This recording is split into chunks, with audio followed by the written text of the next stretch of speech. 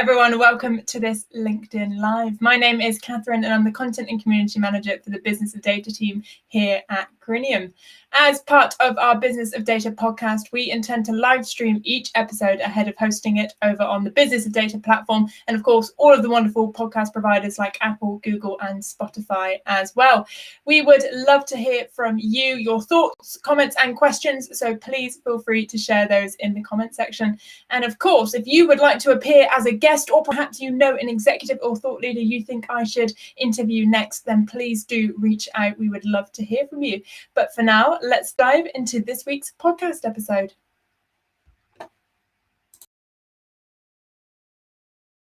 Hello and welcome to the Business of Data podcast. I'm your host, Catherine King, and it's a pleasure to have you join us today. In this series, we'll be speaking to senior data analytics leaders to share their experiences, challenges, and insights. Let's go ahead and dive straight into today's episode. Hello, everyone. Welcome to this episode of the Business of Data podcast. This week, we are talking about bringing everyone together, specifically how to unlock the power of people and data, creating a community approach to learning and support. Now, I am extremely excited that I managed to carve out some time with the fantastic and fabulous Mayze, who is the Global Head of Data and AI for WPP. Now, I'm sure most of you would have seen her speaking at one of our various events, or you've come across her in the conference world. But if you haven't, just a few intro facts for you about Di. Now, Di is in fact WPP's first ever global head of data and AI, and began her role at the start of this year. Now, previous to WPP, Di has worked at a number of brands, including Mediacom, Acceleration and Boots, so some nice big brands in there. Now, if you can't find Di at work, you'll find her taking part in some sort of crazy fun activity like laughing yoga, circus skills, or even on a kayak on the way to the pub, which I'm told is in fact an organised activity, which sounds like great fun. Di, thank you so much for joining me today. Thanks, Catherine. Thanks for having me. I'm really looking forward to talking with you. Well, as is the bod pod tradition, as we all know by now, we're way into season 2. We know how this runs. Nosy question in first, and I can't scroll past this, can I? Laughing yoga sounds like great fun, and just circus. It still seems a bit random. Di, if I'm not, seems a bit random. What do you enjoy most about these sorts of activities? I've got a group of friends that we just pick each crazy activities for each other to do, so it's almost become a dare. But I will say to anyone who is missing a laugh, laughter yoga is so much fun. I even looked up trying to be a qualified laughter yoga teacher, because we lay on the floor, when we could meet up, obviously, but we lay on the floor of Clapham Common in a circle, all our heads together. And the last bit of the session, we just had to laugh, and we just, properly laughed till it hurt. So I think it's good to get out of comfort zone and do some of this really weird stuff. Absolutely. And I've said it before, I'll say it again. I love doing these podcasts because not only do I get to dive into some really interesting topics, I get to find out more about the fantastic thought leaders that we get to work with. And I've never had a conversation about laughing yoga, let alone in a work environment. So, we're setting a precedent here for the podcast, I feel, and we're going to have a really great episode. So thank you so much for giving me some of your time today. Now, as I said there in the introduction, you are in fact WPP's first ever global head of data and AI. What was WPP's data situation like before you joined? What did you walk into? Right, so if for people who don't know WPP or have heard of it, not quite sure, so there are 100,000 people in WPP. 1 in 4 ads, some people have rounded it up to 1 in 3, so let's go halfway between those two. Ads are created by WPP, so we have hundreds of agencies in over 100 markets working across creative, media and experience. So data was federated. It still is, and I'm cool with that. But there's a lot of people in a lot of places. So I've spent a lot of time doing discovery, really. I'm looking for pockets of talent and great stories, whatever I do. But there's a lot to uncover. Super fantastic. Now, as I said, so you walked through the door, well, just about walked through the door, because you started in, was it January or February this year? It was January, yeah. So you walked through the door just, um, and and you are the first in this role. So has that meant you've been able to put your own interpretation as to what that means? Because you haven't had that chance that people have had and seen this position before, so they know what to expect or have a set of expectations. So were you able to kind of put your own stamp on it? Oh yeah, it's been my dream role actually, and I'm in most of my career I've been the first person in, and I think it's because I like to make roles that suit me and suit my skills. So other people who would have got this role may have had more of a structured tech leaning. So I suspect there'd be a whole group of people who'd be looking to build a centralized data lake or start some big data structure projects, centralizing stuff. For me, I absolutely believe in people, and the power is in the application of what this great people do to the data rather than the data itself. So I've been able to carve out my dream job because I've just made it about data people and us investing in people over data, and empowering people in agencies to share, to be proud of their work, and giving them a stage to promote the stuff that they're really proud of. I mean, it's such a positive thing, because when I, whether it's my own ignorance, but when you think of really large companies, and I think it's fair to say WPP is a very large company, you often think that kind of what's the way it's said is the way it goes, and that there's no real movement. But it's really fantastic to hear that actually you did have the flexibility to really harness how you wanted to do it, and be able to move forward with that. I think it's quite positive. I mean, in a previous episode of the Bob Pod, we were talking about careers and getting into it. So it's quite a nice positive advertisement, really, that WPP has kind of let you take the reins of that role. I'm really proud, and I'm really, work for really great people who believe in me and what we're doing and are fully behind, the mission of data for good and responsible AI and taking care of our people and upskilling everyone. And there's a lot of attention and support for it. And I think particularly with the year that we've had, putting people around the center of your data strategy is definitely the right thing to do. Absolutely, and let's dive into that a bit more. The year we've had. So when you walked through those doors on your first day, I'm going to bet my bottom dollar that you didn't expect the year in front of you that we've had. So starting a brand new role hasn't been done before. There's no real kind of road ahead that's mapped out for you. You're doing all of that for yourself. I mean, doing that ahead of a global pandemic must have been extremely challenging. What did your first, say, 90 days in this brand new role look like? So I always believe in the power of three. People can remember three things. So I started to bucket our priorities into three things. And the first one is centered around a stat from Gartner, who I quote all the time, and that's they predict by 2022, 80% of data lake projects will have failed because curating and inventorying data is so hard. Yep. So I hired a global head of data management who's totally awesome, and he and I have been building out a catalog, which is it's a crowdsourced thing. So we share licenses with our agencies, but we say, come on, you add your data, you tell us how you're using it, and then we can continue to support it. So that's the first one. And to just share a story about curating data, I love all data. Some of the data in there I think probably isn't as useful as it might be. And I was demoing the catalog to one of the agencies, and I said, okay, my favorite data set is a velociraptor data set that you could put in your postcode and it will give you the chances of being killed by a velociraptor. And I said, well, obviously it's totally useless, but it should foster some creative thinking and showing people that we're having fun with data. And he turned around and he went, oh wow, that's amazing. We're working with Jurassic Park right now. That's a brilliant data set for us that I never would have thought about. So really engaging people on thinking differently about what data sets could be blended to create new insights.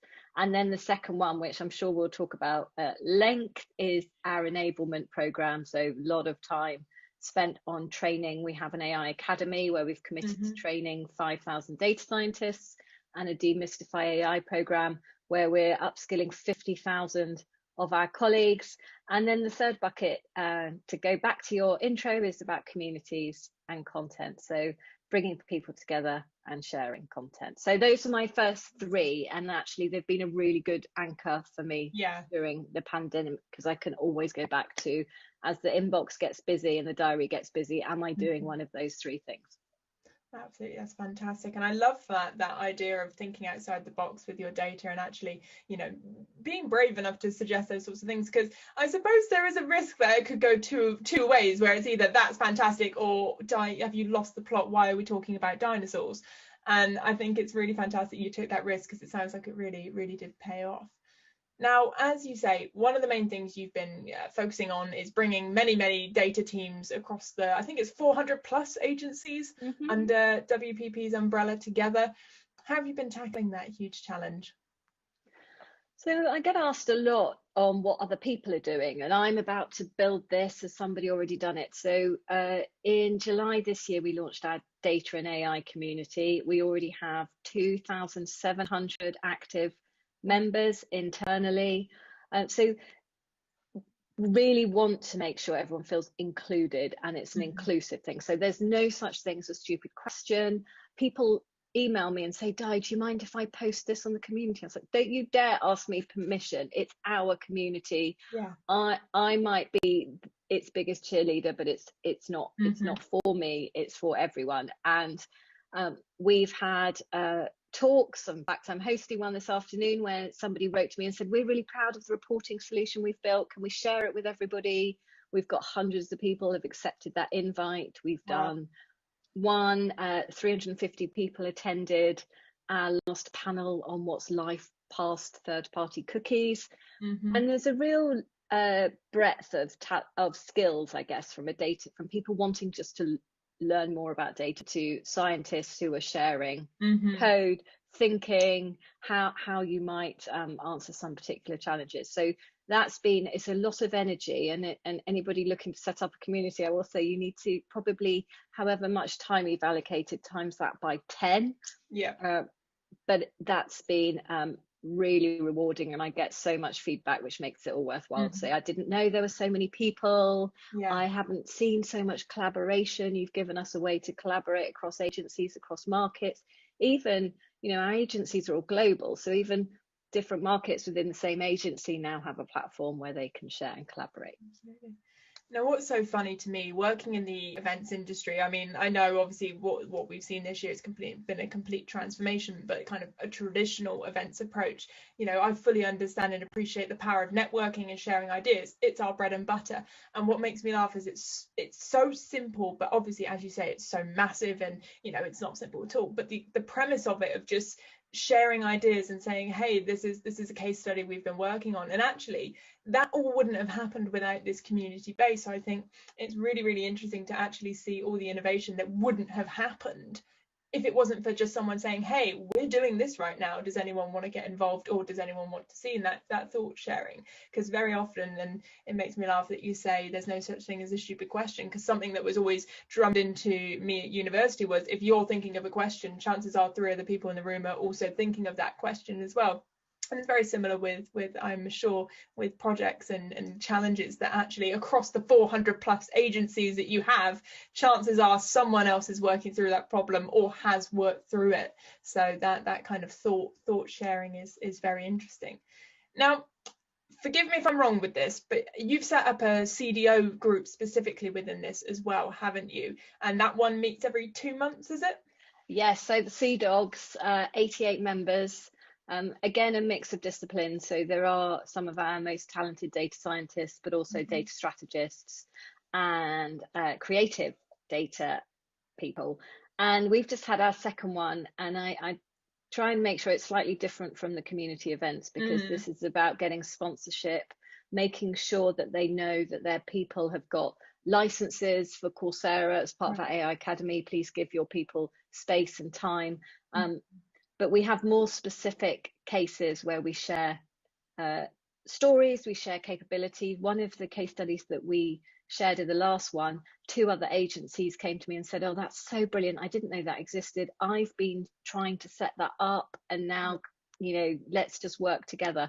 So that is just, it makes me really happy, and people really appreciate it, and that they get their peers. And it can be quite isolating if you're in a chief data officer in a market that maybe have quite a small data team, but now people can navigate across discipline, across market, and across agency.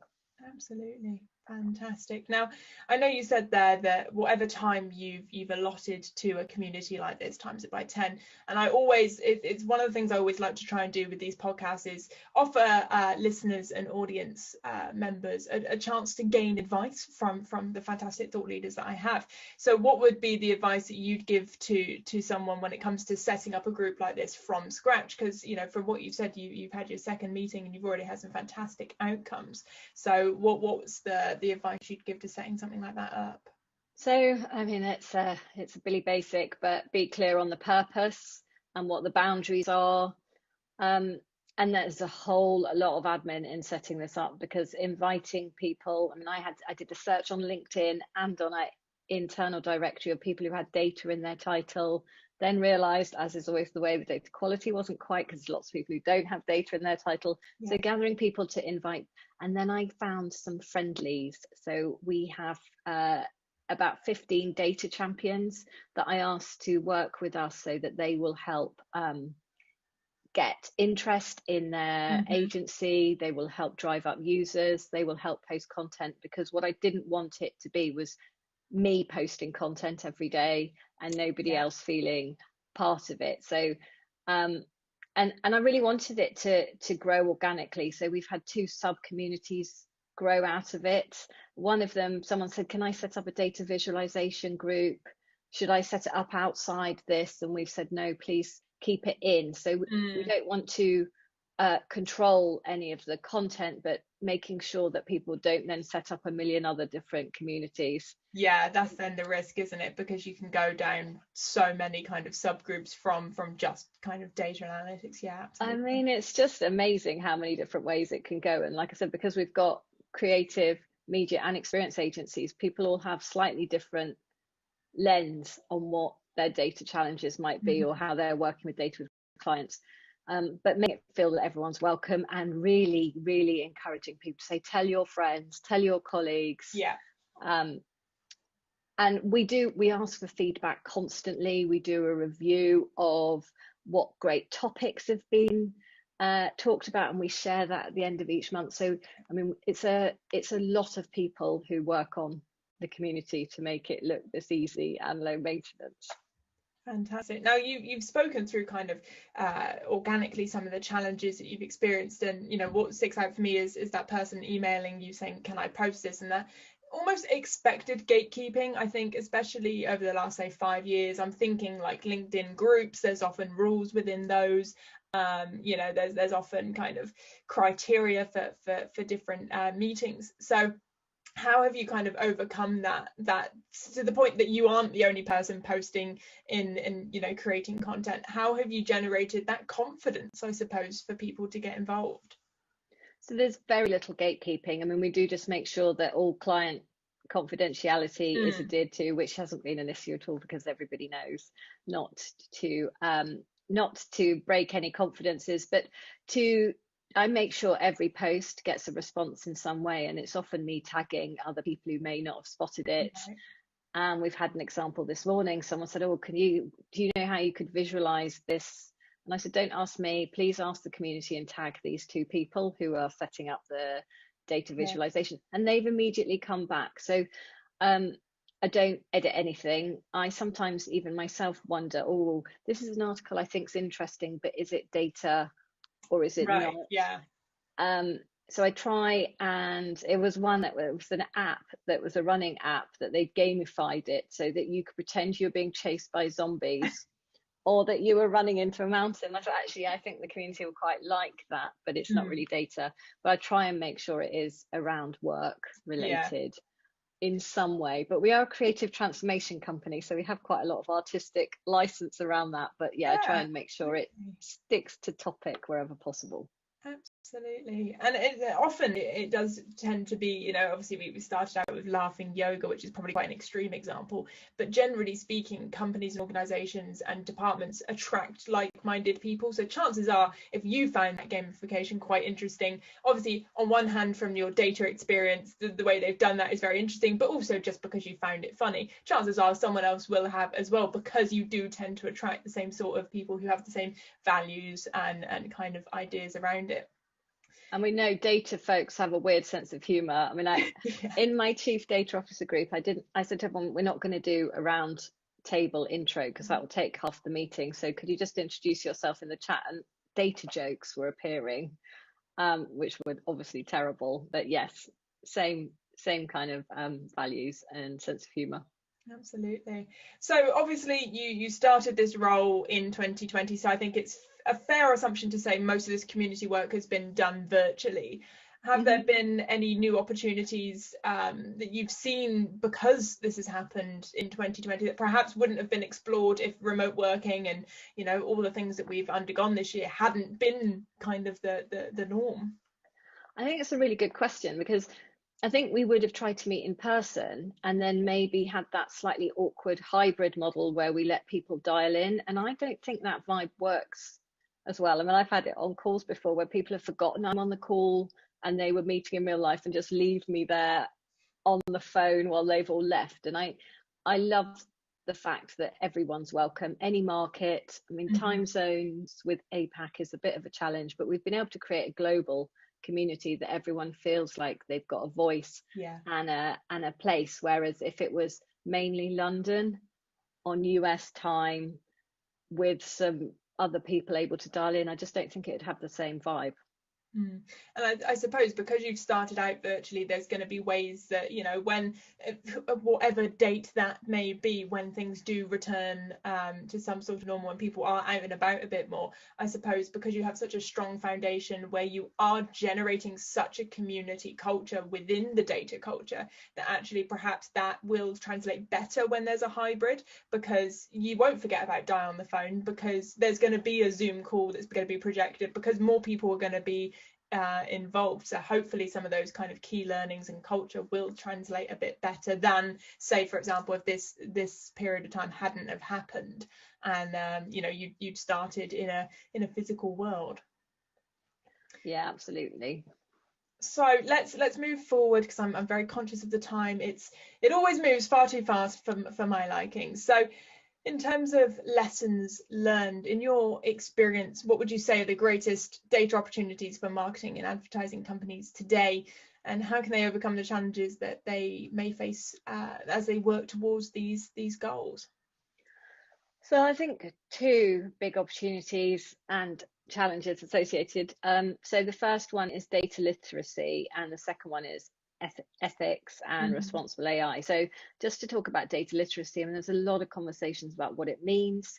If you look at literal definition of literacy, it's about understanding words, and data literacy therefore would be about understanding data. And I have a slightly broader view, because I think it doesn't have to mean data scientists or sophisticated analytics. I think improving the data literacy of everybody, not just within WPP, but we have a responsibility to society too, and we work with partners on making sure we improve the data literacy. But to go back to one of my first comments about us training 50,000 of our colleagues, so that is a massive opportunity for us to upskill everybody, and it's people, it is everybody.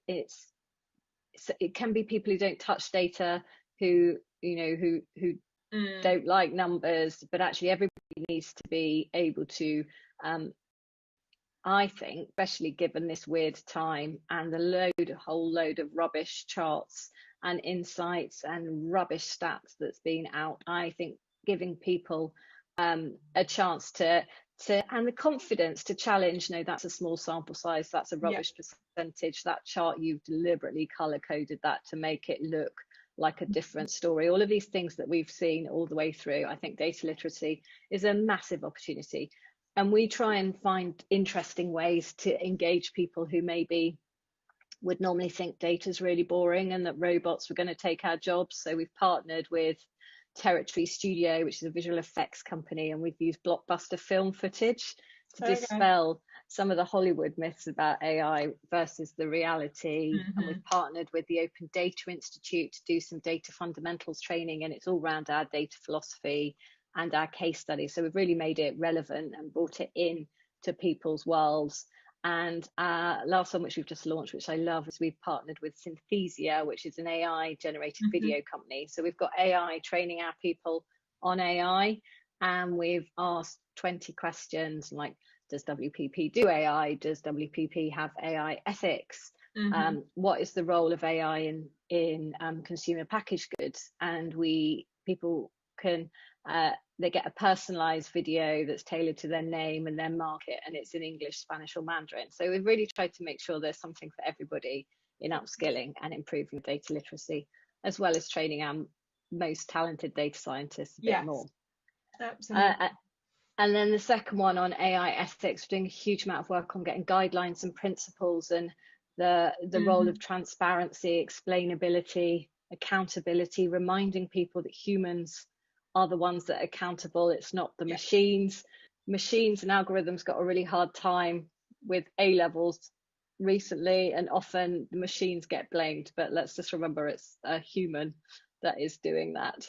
Yeah, absolutely. Fantastic. Now, we only have a few moments left, and there was one final area I wanted to kind of pick your brains further on, Di. Now, a few weeks ago, last month, in fact, you used your CDAO Europe Live presentation to make some pretty bold calls about the future of data and analytics, and your points about sustainability were particularly interesting. I was very, very lucky that I got to host that session with you. And I wondered if you could just recount those for our listeners who perhaps didn't get a chance to tune in to the conference. Yes, I will do. I love this. So this was part of a Data 2030 paper that we wrote, just trying to predict the future in a world when we can't predict next week. Let's look further ahead. So sustainability is a really interesting thing that I think people will talk about much more, because it's easy to think in the past, let's collect every bit of data we possibly can. There's been very much a volume brag. I've got 20 billion rows of this. I know all of this, but people need to remember that data consumption is energy consumption. Those two are directly linked, and that is going to have a cost to our planet and the environment. And the IDC predicts that by 2025, 175 zettabytes, now we're onto a new word because we've grown out of all the others, of data will be collected, compared with 33 zettabytes in 2018. So this volume is going to be huge, and as individuals we've got a responsibility. The predictions are that we'll still be allowed to take photos on our camera and on our phones, but that again is using up a huge amount of energy as we're taking that. So I think corporations will take more responsibility. I do even think we'll have some sustainability taxes coming. I think a load of companies will then turbocharge their data minimization strategy, and it will be part of their being carbon neutral plans, which a lot of companies have. They will need to think about the servers that they've got, and just because they're in the cloud doesn't mean they don't count. And I think there'll be a lot of let's have less data. Fantastic. Now, CDOs are incredibly busy. So realistically, when do you think sustainability concerns will start to creep up their agenda in terms of kind of time frame, I suppose? I mean, I put this in for 2030, but it will happen a lot before then, because we know curating, processing, keeping data clean, it's expensive, but how brilliant to think, actually, not only do I not want to invest in this anymore, I don't want to have such personal data about my customers. They don't want it. I can't justify its use. Actually, because of contextual targeting and other things that are available, you maybe don't need it. It's not to say you don't need first party data, but I think people will just think in the next couple of years, let's stop investing in all of this data that we don't need. Super. And then my last question to you, Di, to round off what has been an absolutely fantastic conversation, is if there was one piece of advice or one takeaway from this podcast episode that you'd love the audience to just take with them back to the office, they could be driving in their car, they could be on their lunch break listening to this, what would that one piece of advice or key takeaway be?